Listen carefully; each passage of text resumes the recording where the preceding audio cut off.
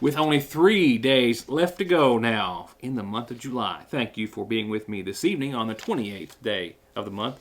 Very hot and humid 28th day of July. One more of these to go weather-wise before we see a front change things up rather significantly over the night, Thursday into your Friday. Big changes, or significant changes at least, ahead temperature-wise. I'll go into that in more detail in just a few moments. So let's try this again. My apologies for last evening. Still the same scenario that's been kind of plaguing the program now, on and off now for quite some time. I know that Foothills customers didn't have any audio during the 6 o'clock and the 11 o'clock show, and it's still the same situation that they're fighting and trying to resolve. I think they've located the equipment that is needed to be replaced and upgraded. That I think is on its way, and that's kind of the last update I have. Actually, the fella who handles all that and is out for the week and was actually trying to help me remotely last evening get the audio up and going. I think he did maybe midway through the 6 o'clock show, but not during the 11. I know that they're working very hard. I do apologize.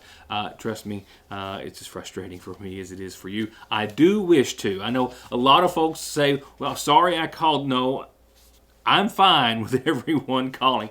Kind of makes you feel good. It's a little overwhelming just for a few seconds when all three lines light up at 6:01 because of any difficulty that we might have, from time to time.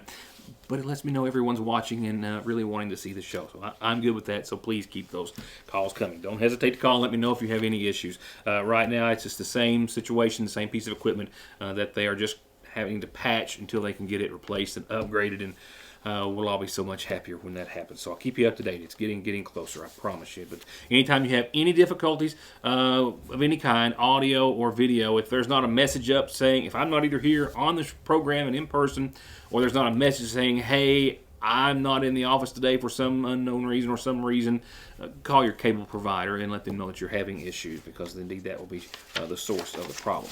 So I will go back and we will go over a few of the interviews that I had for you last evening. We will add to and update some of those, and of course add a few others. Real quickly, in money matters, the Fed today kept the very low, if you can even call it low, interest rates, and again committed itself to easing other monetary issues for the U.S. economy as it is staring at a couple of new threats, well, renewed threats, if you will.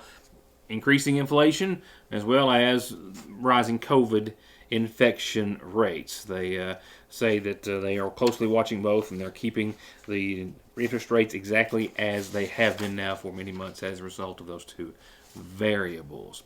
So let's go into COVID. A lot of things to talk about tonight. I'll kind of whittle it down, repeat some of the information from last evening, and add to it, as it's an ever-changing, daily changing scenario right now.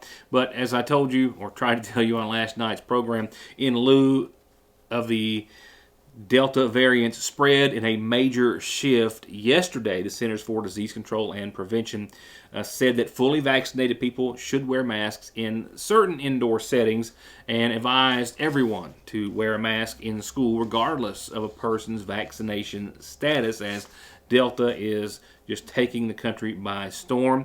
The CDC saying, though rare breakthrough infections where people who have been vaccinated are getting the Delta variant, they do occur in fully vaccinated individuals.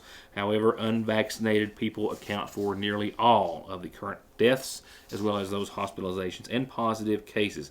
The most significant recommendation they made yesterday, they say that universal indoor masking for everyone in our schools, that is students, staff, teachers, K through 12, vaccinated and unvaccinated, should all wear masks as school starts until things change.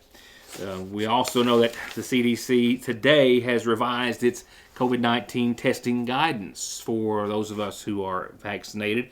Before, they said fully vaccinated people, well, we didn't need to be tested after coming into contact with an infected person unless we started to get sick or exhibit some sort of symptoms. However, saying vaccinated people should get tested after exposure, even if they don't have any symptoms. CDC Director Rochelle Walensky today confirmed that the change was made by new data that says that even vaccinated people who are infected by Delta may carry large amounts of the virus and transmit it to others. Also of particular concern, the fact the CDC says that we could be right now just a few mutations away. As we started off with Alpha, the original coronavirus, we're now at Delta, and maybe in just a few mutations from Delta, we could see the coronavirus develop into something that would not be or not respond to vaccines at all, similar as to what some strains of the flu does. According to the head of the Centers for Disease Control and Prevention, these vaccines operate really well in protecting us from severe disease and death, but the big concern is that in the next variant that might come down the line, the one after Delta, the one after that, we don't know, could not respond to vaccines. Right now, it's not really there. However, it is a possibility, and the more the Delta variant continues to spread, and mostly in unvaccinated people, that becomes more of a reality. And of course, they announced this week that the Delta has a 1,000 time higher viral load than the original coronavirus that, of course, shut down the country. So with all of that in mind, let's now go to local COVID numbers. I had this interview for you on last night's program with our Director of Public Health, and Pete Shepard says that we would have had to go back to early in May, when we then had 9 cases for the entire week. That was our last highest week, essentially. We would have had to have gone back to then to seen that many cases. But with 7 cases reported Monday and with the several reported yesterday, at this time yesterday, we were already past that with just 2 days into the work week. We had 7 cases yesterday, and we've got 4 more cases today, making a total 11 for this week. I mean, I'm assuming your thoughts are going to be pretty much the same as they were at this point yesterday when we spoke. Yes, we're seeing an increase, and I think it's going to keep on going. Just a matter of time till we start probably get in at least the orange or red again. I know Floyd County's in the red right now. I think they've had 115 cases last week, something like that. So, that's a neighboring county. So we're starting to see the increase. So just hope it don't happen, but I'm almost 90% sure that we're going to have some problems in the next 2 or 3 weeks. You got any information on hospitalized and condition of those that might be? We have 2 hospitalized right now, with 1 being on the ventilator, and so that's serious. When they get on the ventilator, it's a serious situation for them. So yes, we have 2, and 1 is on the ventilator. And keep in mind that interview was done yesterday. So we had 7 cases Monday, 4 yesterday. We had 1 more today. So a total of 12 in just the last 3 days here in Magoffin County. You have to go back months to have had that many positive cases in that short of a period of time. So this is yesterday's incident rate map for Kentucky. On Monday, we had only 5 green counties left. 5. We almost had all of Kentucky in the green just a few weeks ago, and we had 23 counties in the red on Monday. And then yesterday we had down to only 3 green counties, as you see here. This is yesterday's map in front of you. We had 3 green counties. We were up to 28 red. Today's incident rate map, much different.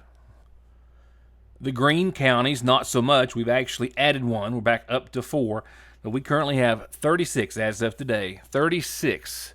It's almost a third of the Kentucky counties in the red or critical area.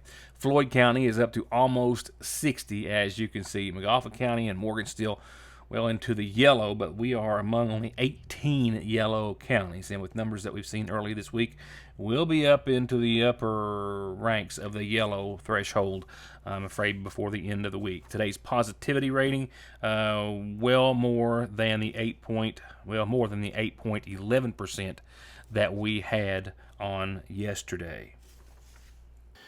As for new cases statewide, we have for the past several days been hovering right around the 1,000 mark per day for the past several days, as much as a week or so. Yesterday was the highest number of cases we have seen in months at 1,273 new cases reported yesterday. However, today we're even higher than that. 1,593 new cases reported just today across the Commonwealth. 2 more additional COVID-related deaths, and the positivity rating for the state as a whole is creeping up every day. It's gone up every day for the past few weeks, 8.29% as it stands today. Number of vaccinated people in Kentucky stands at 2,286,288. which is only a 2,800 increase from yesterday.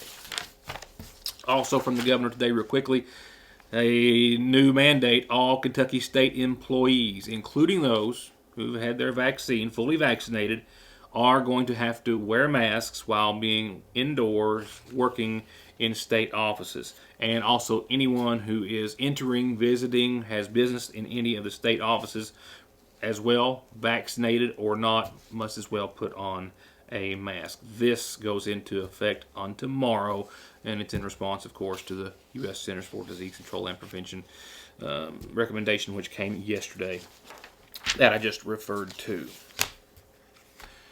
We'll go on to something else besides COVID after this. Summer is definitely in full swing at the seasonal shop, where it is filled with new arrivals in home decor, women's clothing, Ridge and Holler, and more. They've given their home decor a fresh look, and they have new displays literally wall to wall, from farmhouse to traditional, equestrian, and more. And Oat Shore neoprene bags are the latest craze in women's accessories, and they've got dozens of colors and styles available right now, and new ones coming in daily. And lily planters have arrived just in time for school or work. And don't leave the guys out: Ridge and Holler shirts, yes, that's a Magoffin County Cadillac cap, and hats are a huge seller at the seasonal shop. Designs so unique and so special for our area. Designs you can only get at the seasonal shop, where they still have delivery, baby and wedding registry, curbside service, and more. It's time to play the Lee's Famous Recipe Daily Lunch Special Game, where behind curtain number 1 we have our super tasty country fried steak sandwich, and behind curtain number 2 our famous chicken sandwich with lettuce, pickle, and mayo. And you can get either one of those on a bun or a biscuit.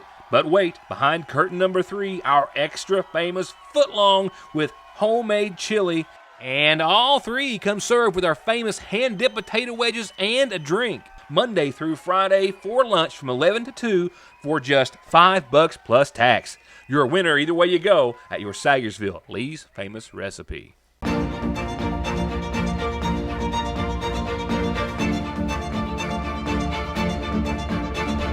Dr. Jason Zimmerman at Highlands ARH, the healthcare system of Appalachia. Just click on ConleyTire.net and you can shop for tires, find out more about services, brands, wheels, rims, their free coffee, free Wi-Fi, and free local shuttle service, and of course the latest and greatest current offers and specials, like how right now you can get up to $150 back on a set of Goodyears. That's ConleyTire.net, or you can always stop by in Staffordsville or give them a call at 297-2424. Right now at Speedy's in Sayersville, you can save enough cash on a carton of cigarettes to get gas or even something to eat at JJ's Burgers and Beer inside, with $10 off of every carton of Marlboros.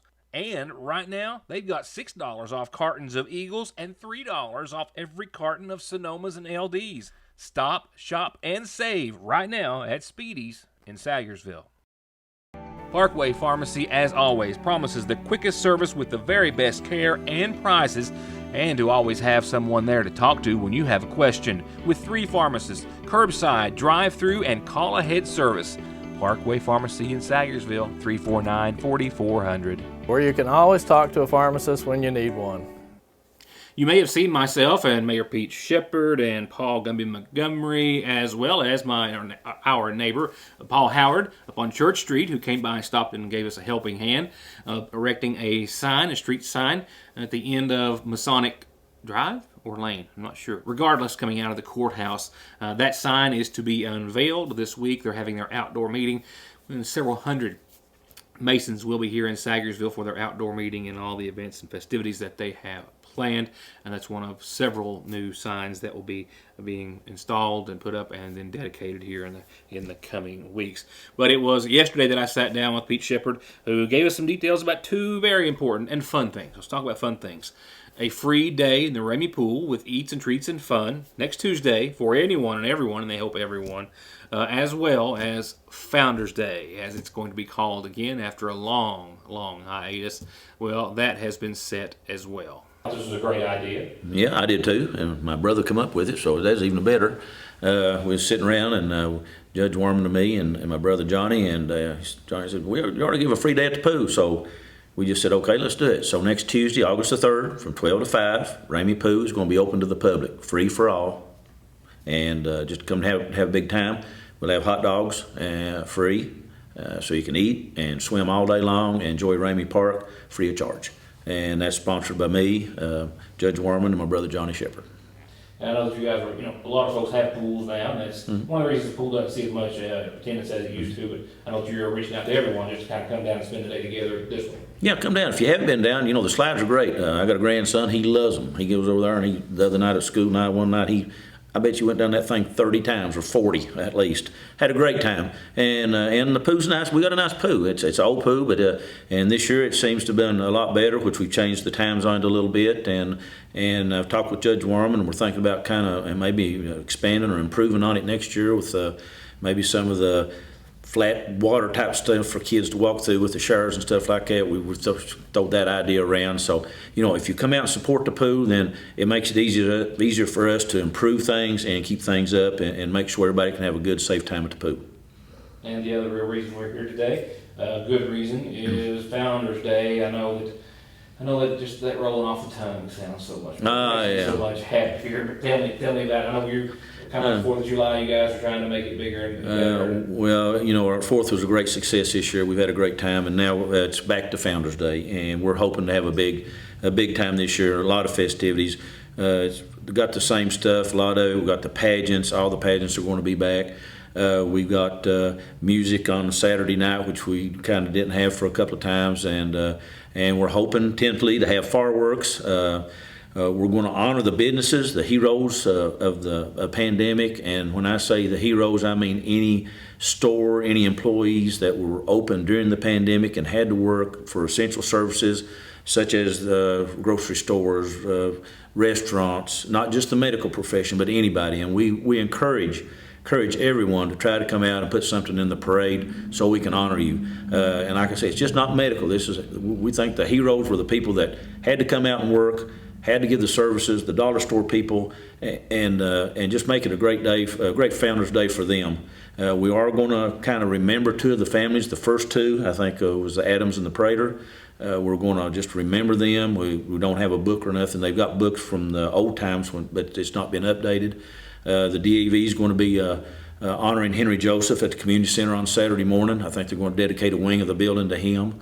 So we've got a whole lot of good things, and we want to see everybody down Saturday. We're having a big craft show on Saturday. First time we've had that at Founders Day down at the bank parking lot beside the Sarsville National Bank. Rainbow Girls are sponsoring that. I understand they already have 25 to 30 craft booths already signed up, so come down Saturday. Brother May's going to have a car show that Saturday morning and end at 2 o'clock on Saturday, and then we're going to start having music about 3:30 at the park, all the way up to hopefully fireworks. We're going to be sending out some letters to all the businesses that kind of explaining our who we're going to honor and all that, but we're going to ask for some donations for the fireworks. The county and city sponsored the fireworks for the 4th of July. We were going to help sponsor for Founders Day too, but the more money we can get, the bigger and better we can make it. So we want to try to make it as big a show as it was the 4th. I don't think we'll be able to do that with the financial situation that the city and the county's in right now at this time. But if we can get some donations, or somebody wants to come in and sponsor the fireworks and help us pay for them, we would love it, because I think that was the biggest hit of the 4th this year was our firework display. Founders Day this year will be on the 1st, 2nd, 3rd, 4th, and 5th. They will be having church at the cabins on Sunday morning also. So, it starts on a Wednesday. We'll have the baby contest, opening ceremonies, and then we go from the next, just like it was in the past with Heritage Days and the Founders Day. We'll have Miss Teen, we've got a pet show, Miss Magoffin. All that's going to be going on basically at the same times it went on before. But we'll put all this on Facebook, and I'll have a schedule out. We've got the schedule done, completed, so we'll have that out. So everybody come down and enjoy. We've already got, I think, 10 food booths already signed up too, so it'll be a lot of good food, and come down and support them too.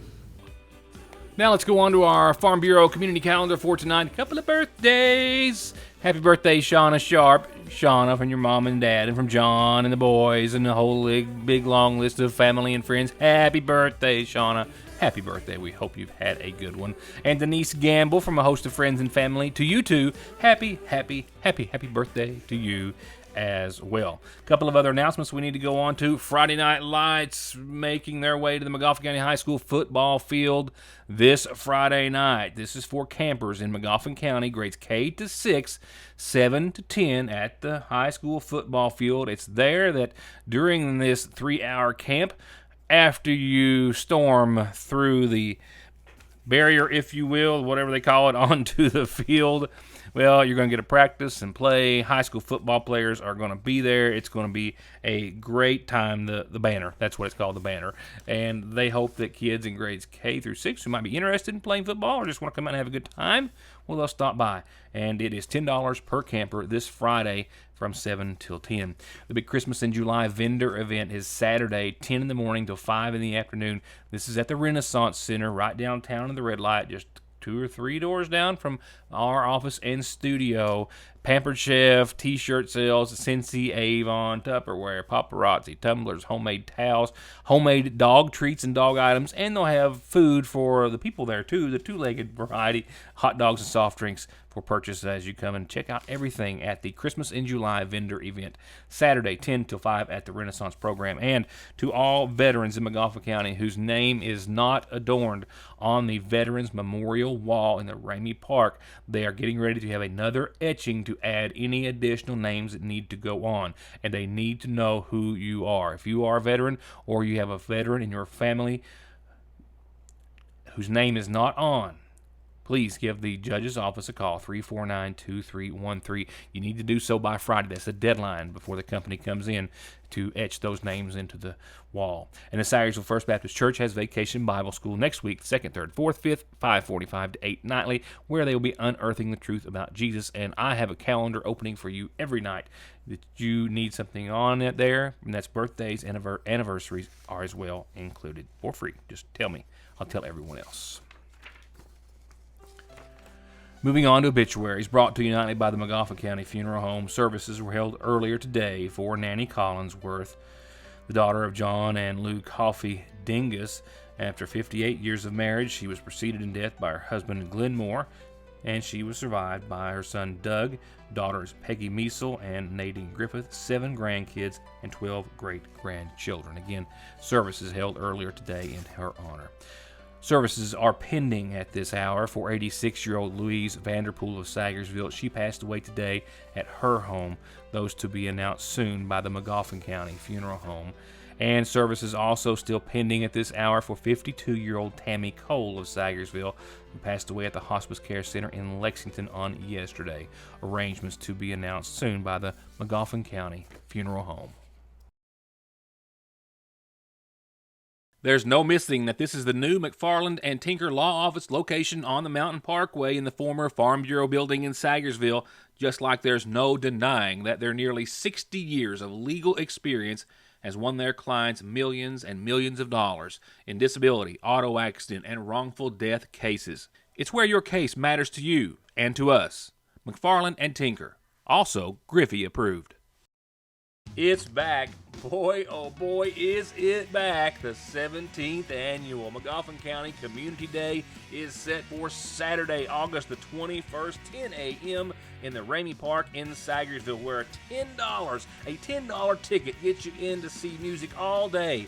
From Rhonda Vincent and The Rage, Ralph Stanley II and the Clinch Mountain Boys, Hammertown, Lenny Centers and Centerline, Caleb Doherty Band, Black Powder Express, True Gospel Echoes, the Project Echo Kids, and more. And that $10 ticket also gets you entered to win a car. All the food, fun, games, and prizes you've come to love at the 17th annual Magoffin County Community Day. Remember, $10 gets you in and a chance to win, and kids 12 and under get in free. Welcome to East Kentucky's premier vape and CBD shop, offering all natural tobacco alternatives and everything vape and smoke shop related. Everything you're looking for and everything you're not. Best quality, best prices, best service.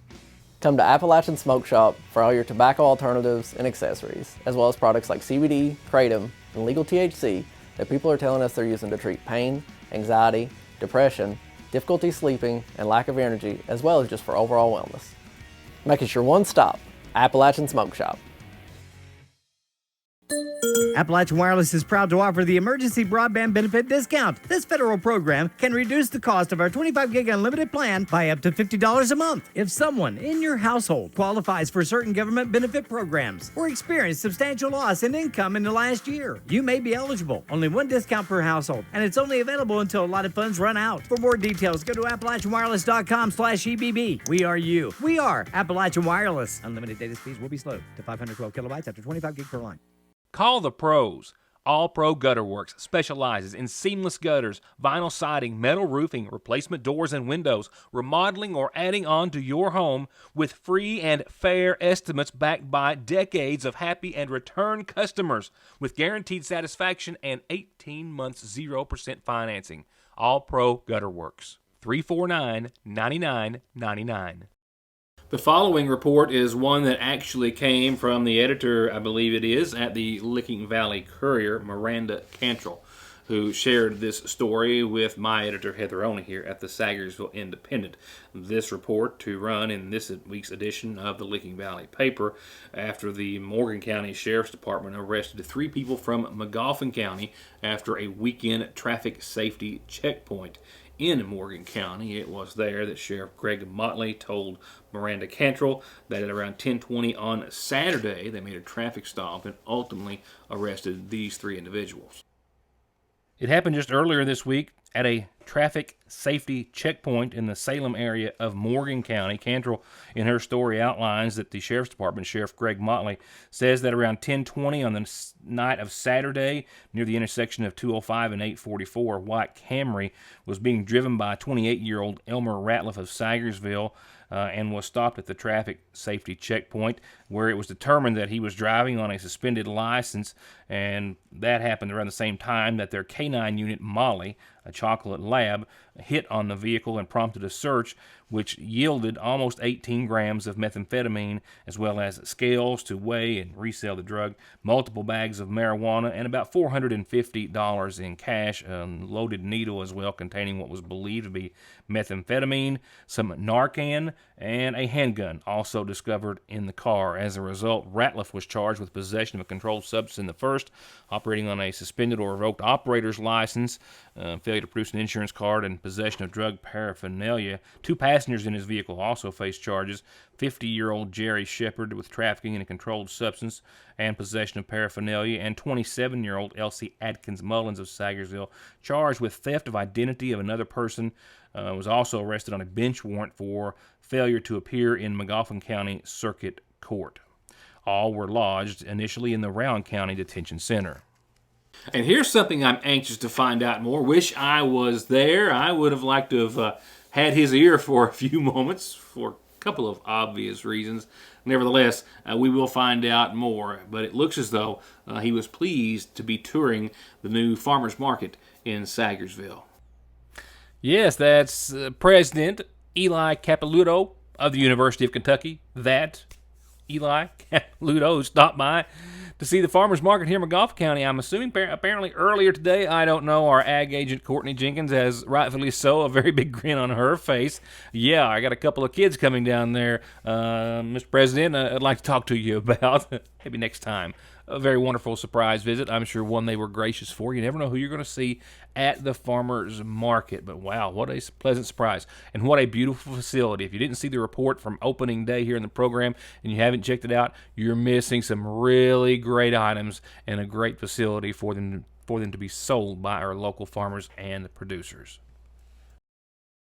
And lastly, your Licking Valley RECC Outlook, where we are looking at one more day of the brutal heat back into the 90s. We will go, but we will see a front tomorrow that will change things up, not just for your Friday, but for your weekend and throughout most, if not all, possibly, of next week.